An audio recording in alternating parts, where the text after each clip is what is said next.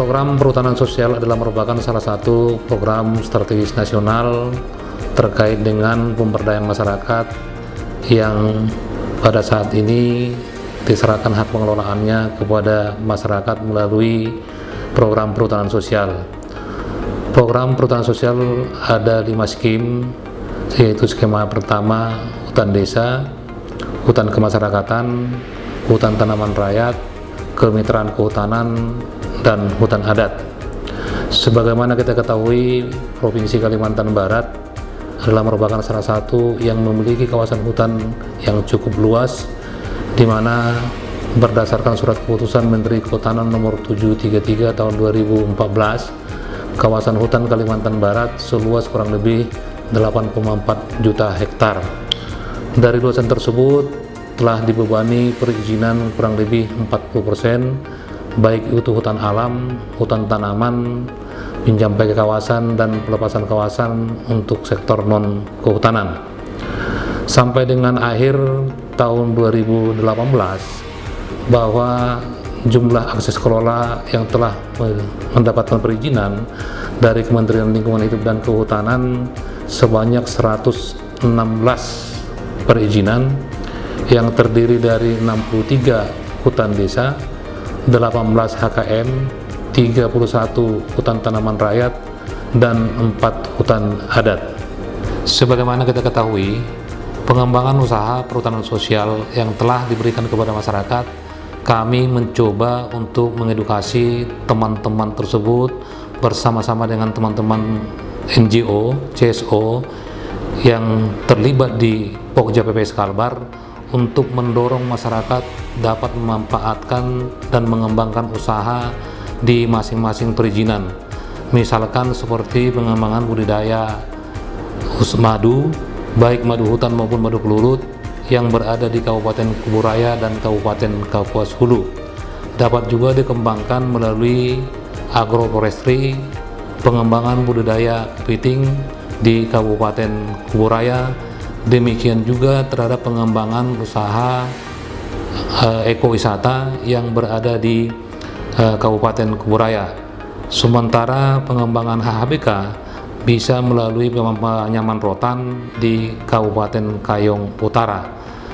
Nah, hal-hal seperti ini barangkali yang bisa kita dorong untuk mengembangkan perhutanan sosial di Provinsi Kalimantan Barat, untuk mendorong masyarakat tersebut akan membawa dampak ekonomi kepada masyarakat yang hidup di dalam maupun di sekitar kawasan hutan yang telah memiliki izin perhutanan sosial dari Kementerian Lingkungan Hidup.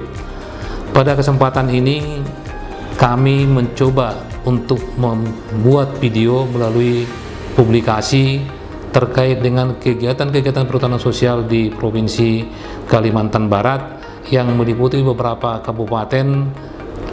Tentu ini merupakan edukasi juga kepada masyarakat dan sebagai media informasi bahwa perhutanan sosial Kalimantan Barat telah dapat menunjukkan seperti bagaimana kita melakukan pengelolaan hutan tersebut melalui program perhutanan sosial di Provinsi Kalimantan Barat. Hal ini juga sejalan dengan program pemerintah Provinsi Kalimantan Barat, di mana salah satu visi misi daripada Bapak Gubernur Kalimantan Barat yaitu untuk mendorong indeks desa mandiri di Kalimantan Barat. Melalui perhutanan sosial di Provinsi Kalimantan Barat, kami berharap semua unsur terkait dapat terlibat dalam pengembangan perhutanan sosial di Provinsi Kalimantan Barat, baik itu pemerintah Provinsi Kalimantan Barat, pemerintah kabupaten, teman-teman CSO, NGO, maupun dunia usaha, untuk mendorong bagaimana meningkatkan ekonomi masyarakat terkait dengan pemanfaatan perhutanan sosial di Provinsi Kalimantan Barat. Ketika kita dapat menjaga kelestarian hutan kita tersebut, maka masyarakat akan sejahtera, dan semboyan salam rimbawan, masyarakat sejahtera, Kalimantan Barat Jaya, merdeka!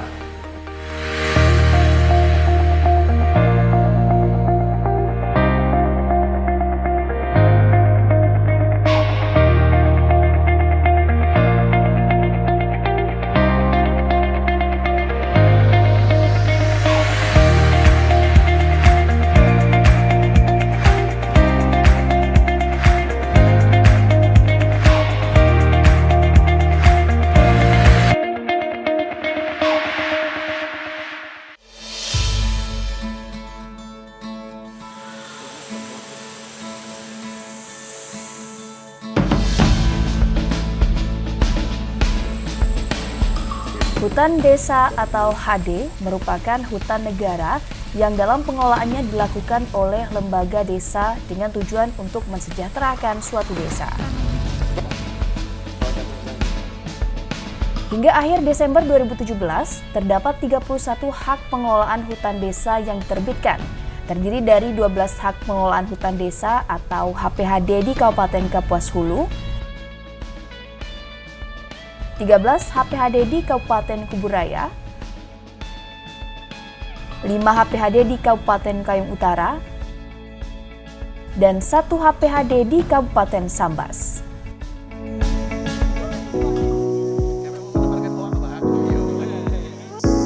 Di Kabupaten Kuburaya, Lembaga Pengelolaan Hutan Desa atau LPHD salah satunya terletak di Kecamatan Batu Ampar, Desa Tanjung Harapan dengan luas hutan desa 17.745 hektar. Di mana LPHD-nya yang memanfaatkan hutan desa untuk budidaya kepiting bakau, madu kelulut, dan lain sebagainya. LPHD Desa Tanjung Harapan ini mampu menghasilkan 600 sampai dengan 700 kg kepiting dalam jangka waktu 1,5 hingga 2 bulan, di mana jumlah ini masih jauh dari permintaan. Alhamdulillah untuk produk kita sudah ada manajemen untuk madu itu kita ada koperasi madu usaha mandiri, itu sistemnya kita bangun. Kebetulan kita ada 10 desa Batang Pesir Padang Tikar. Kita buat satu koperasi, secara manajemennya juga ada TPD di tingkat desa. Kalau untuk kepiting juga kita ada koperasinya, ibu-ibu ada kelompok pengelolaannya. Kalau pemasaran sebenarnya bahannya kurang, bahan bakunya dari kita, malahan pasar itu minta lebih. Kalau untuk kepiting, kebetulan kita pembesaran, kita bikin keramba budidaya kepiting ini untuk pembesaran itu kurang lebih kita jual itu 80 sampai 100 ribu per kilonya. Untuk benihnya kita beli kepada nelayan itu kurang lebih 30.000 sampai 40.000. Kalau ukuran kepiting yang kita jual itu rata-rata di atas 500 gram, kurang lebih setengah kilo ke atas. Itu rata-rata kebetulan kita sortir. Kita beli itu kepiting B yang ukuran 250 gram ke bawah. 250 gram ke atas itu harganya A.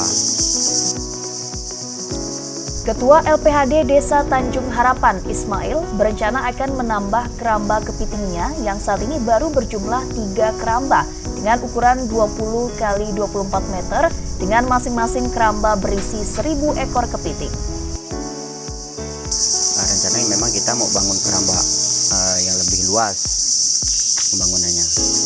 Kalau untuk harapannya tidak lain tidak bukan, kita tetap pengelolaan hasil produksi hutan bukan kayu kita manfaatkan sebaik mungkin untuk meningkatkan kesejahteraan masyarakat, terutama di Bentang Pesisir Padang Tikar.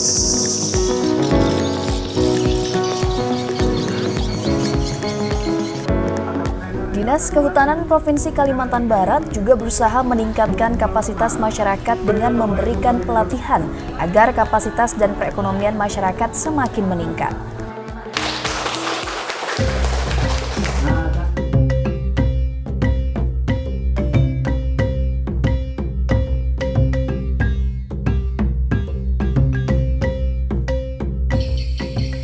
Di Kabupaten Ketapang, Lembaga Pengelolaan Hutan Desa di Dusun Manjau, Kecamatan Matan Hilir juga memiliki berbagai potensi, di antaranya karbon, wisata alam, serta air kemasan.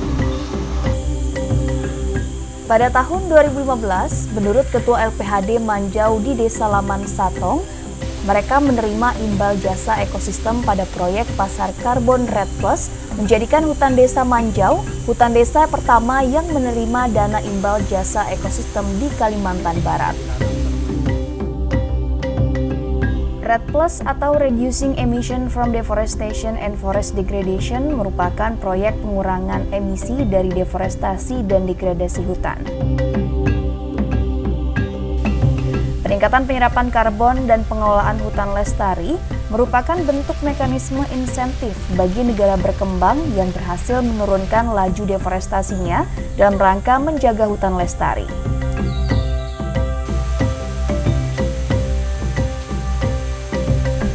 Hidup masyarakat di sini sangat tergantung dengan sumber daya alam yang ada di hutan Desa Manjau, termasuk air. Untuk itu, LPHD Manjau melakukan pelestarian sumber air hutan Manjau yang terletak di kaki Gua Maria, di mana kualitas airnya masih baik dan terjaga, yang dimanfaatkan dengan membuat air kemasan yang sudah disterilkan dan terjamin untuk dikonsumsi.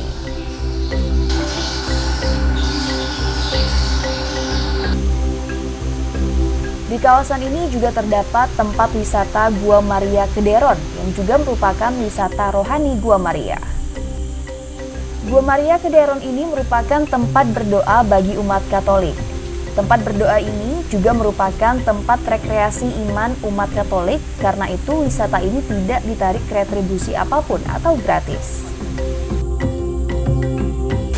Gua Maria ini juga ditetapkan sebagai tempat ibadah umat Kristen, di mana umat-umat Kristen bersembahyang di sini pada saat-saat bulan Oktober, dan pengunjung juga di sini bukan hanya dari pengunjung umat Kristen saja, di luar umat Kristen bahkan mereka sering berkunjung untuk melihat bagaimana Gua Maria yang ada di Dusun Manjau.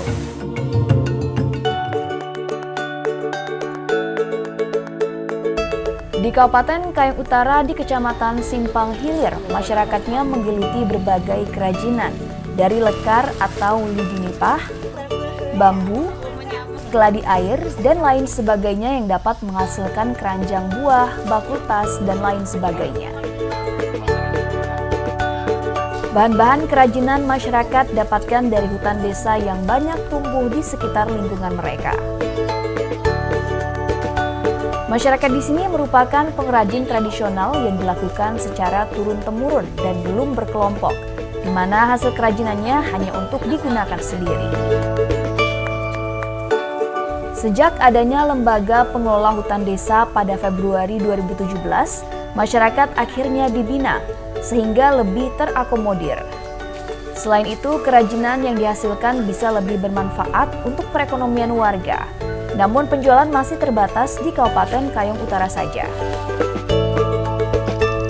Di Kecamatan Simpang Hilir ini juga terdapat kelompok usaha kumbang mandiri yang membuat kerajinan dari tempurung kelapa yang memulai usahanya sejak tahun 2017. Di daerah ini merupakan sentral kelapa yang melimpah.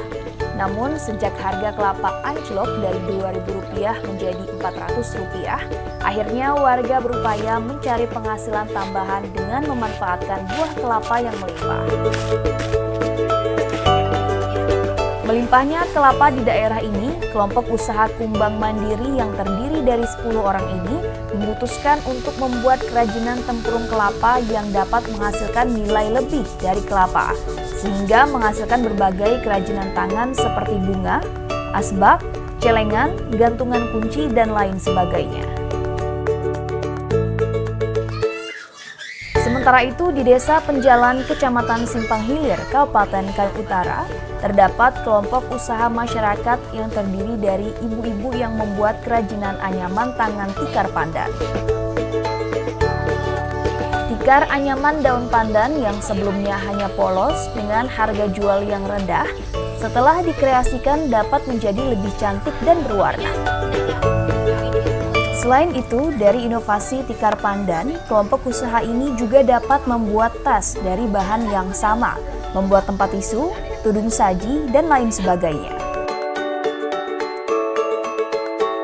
Kelompok Asoka Desa Penjalaan ini berharap kampungnya menjadi ikon kerajinan pandan di Kabupaten Kayong Utara.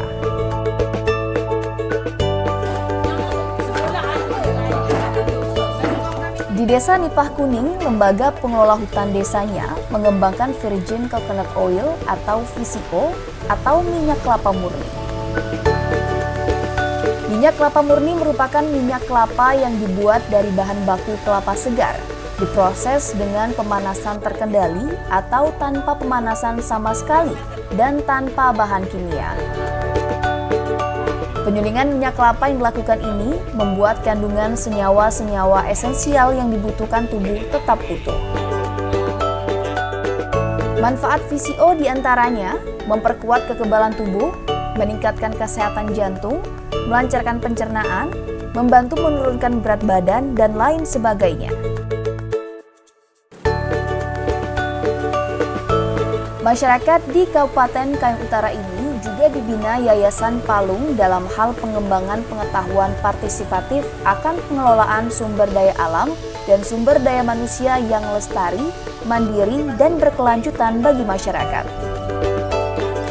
Kami harap mereka bisa tinggal seperti dalam harmoni untuk hutan dan ada economic benefit, manfaat ekonomi untuk mereka, dan mereka bisa kerja untuk sustainable livelihood. Ya, saya pikir penting lembaga-lembaga kerjasama masyarakat, ya, dan ada manfaat masyarakat dan keanekaragaman hayati. Di Kabupaten Kapuas Hulu terdapat pondok belajar yang terletak di Desa Mensiau, Kecamatan Batang Lupar. Pondok belajar ini berdiri di atas tanah berbukit milik Mardianus Aden, salah seorang fasilitator Desa Mensiau. Sejak bergabung dengan program Forkline, di atas tanah ini kini ditanami berbagai macam tanaman seperti jagung, mentimun, cabai, terong, karet, dan lain sebagainya. Di lokasi ini juga terdapat aliran sungai yang alirannya dibendung untuk memelihara ikan.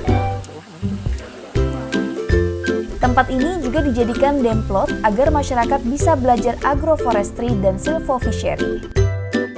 Awalnya pondok belajar ini hanya berukuran 2 x 3 meter yang dibuat hanya sebagai pondok di dalam aktivitas berladang. Setelah mengalami beberapa kali perubahan, pondok belajar ini akhirnya seperti sekarang berukuran 8 x 16 meter sejak tahun 2017 lalu dengan bantuan dari berbagai pihak termasuk dari kementerian. Bersama Dirjen, bersama Kepala Balai Taman Nasional, Pak Arief datang ke sini. Jadi beliau mengatakan bahwa di sini kalau mengharapkan pulau ini tidak ada tempat orang nanti. Ke depan akan kita diperlebarkan. Didukung oleh Kementerian Kehutanan Republik Indonesia. Rumah belajar ini dijadikan tempat pelatihan untuk mengembangkan kapasitas masyarakat. Bahkan masyarakat dari desa lainnya juga dapat menggunakan pondok belajar ini untuk berbagi ilmu guna mengembangkan dalam berbagai bidang yang diharapkan bisa meningkatkan taraf hidup masyarakat. Aden merupakan orang desa yang memiliki tekad besar untuk maju dan berkembang, serta menjadi contoh masyarakat termasuk dari desa lainnya.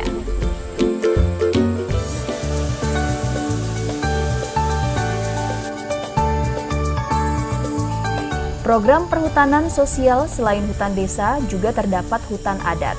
Salah satunya hutan adat di Kabupaten Bengkayang, Kecamatan Seluas, Desa Sahan, yang memiliki luas kurang lebih 100 hektar yang telah di-SK-kan kementerian. Di dalam hutan adat ini terdapat tanaman endemik Kalimantan Barat yang masuk dalam genus Sorea atau meranti, atau masyarakat sekitar menyebutnya tengkawang. Menurut penelitian, di hutan adat ini memiliki 6 jenis tanaman tengkawang yang diolah masyarakat menjadi minyak nabati secara turun-temurun. Namun, minyak tengkawang ini juga dapat diolah menjadi bahan dasar pembuatan kosmetik, coklat, obat, dan lain sebagainya. Ciri khas di sini memang ada, karena ciri khas di sini tengkawangnya ada 6 jenis, yang anehnya ini berbuah tiap tahun. Nah ini, bahkan kemarin dari Prancis itu Pak Jeb bersama Pak Rektor Universitas Tanjung Pura untuk membuatkan salah satu kosmetik. Bahkan sudah saya perlihatkan dengan Pak Bupati. Pak Bupati dah antusias sekali melihat hasil olahan dari minyak lemak tengkawang yang dari hutan ini, yang pernah saya kirim ke Perancis. Proses pembuatan minyak tengkawang menurut masyarakat awalnya memang sangat susah karena masih menggunakan alat yang serba manual. Seiring berjalannya waktu, kelompok ini mendapat bantuan dari berbagai pihak sehingga memudahkan masyarakat dalam memproduksi minyak tengkawang.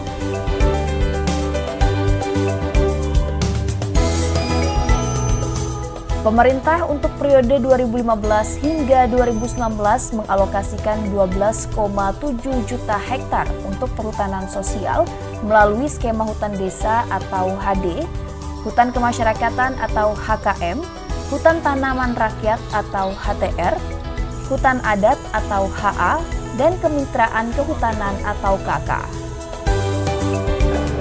Ya, kegiatan perhutanan sosial di Kalimantan Barat itu hampir semua skema ada, ya, hanya memang lebih dominan hutan desa dan potensi hutan adatnya ini cukup tinggi. Perhutanan sosial di Provinsi Kalimantan Barat itu sangat baik, bergerak sesuai dengan dinamika keinginan masyarakat.